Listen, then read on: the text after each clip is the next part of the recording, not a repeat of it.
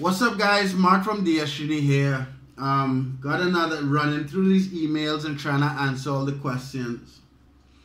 Again, I will post this email in the description. And Victor, thanks for your email. I would send you an email with the video response. So the email says, "Hi, I have some questions I like to ask, blah, blah, blah. Firstly, I own a shared working space in Nigeria, and ever since I joined DSG, I've been thinking of hiring dozens of people, blah, blah." So yes, when I first started to dropship and I first started to sell, that was my goal. That was my idea, to hire a ton of people and just keep growing accounts. And now that DSG is stable, I might actually play around with an idea that I have, but I'll get into that after. Anyway.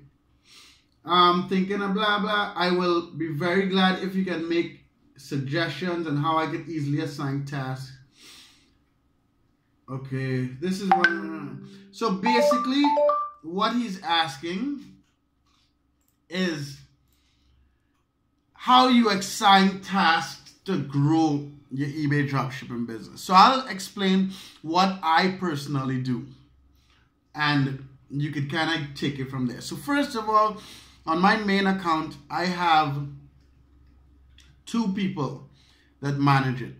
I have one that processes the orders and one that answers customer service. I personally always deal with listing because I am motivated to list items that sell and make a profit. When you have virtual assistants or employees or whatever doing your listings, you have to be very careful. Now, Mike, one of the guys in the group, has been successful getting a virtual assistant that can list successfully. I have in the past. His name is Rene. He actually works somewhere else now.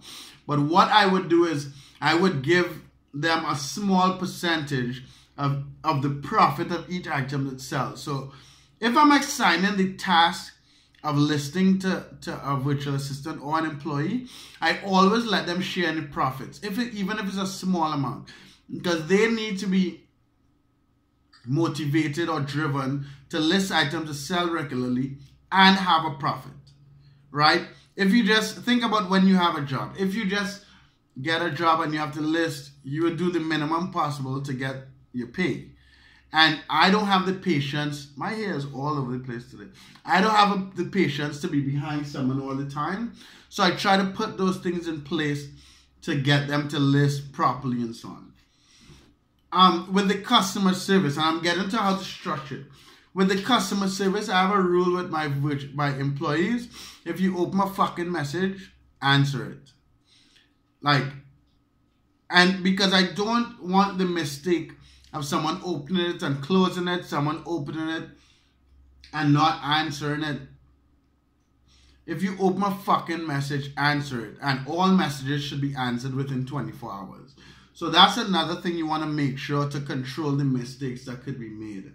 And while the fulfillment, that's a whole separate thing. All items should be ordered within 24 hours that it was sold. And the whole reason of creating one of the reasons we created DSG, how we have is because we want the ability for people to log in and do whatever they want. So we want the ability for people to log in and process orders, log in and list without having to log into the eBay account. So if you think about it, even if you assign someone to list, they could do all of that from DSG. If you assign someone to process orders, they could do all of that from DSG. Only the customer service person actually needs access to the eBay account to answer questions and so on. We almost integrated that into DSG, but it just never came through because we keep adding more and more shit. So hopefully that would give you an idea or some helpful tips on how to structure hiring people.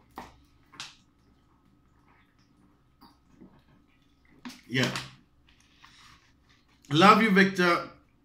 Hopefully that was helpful. If you have any other questions, send me an email. And you guys watching this, hopefully it was helpful to you as well. Subscribe to the channel, trying to get to 5,000 subscribers. In the description is free training and free mastermind group. Join the group and take the training. The training's only a fucking hour. Later.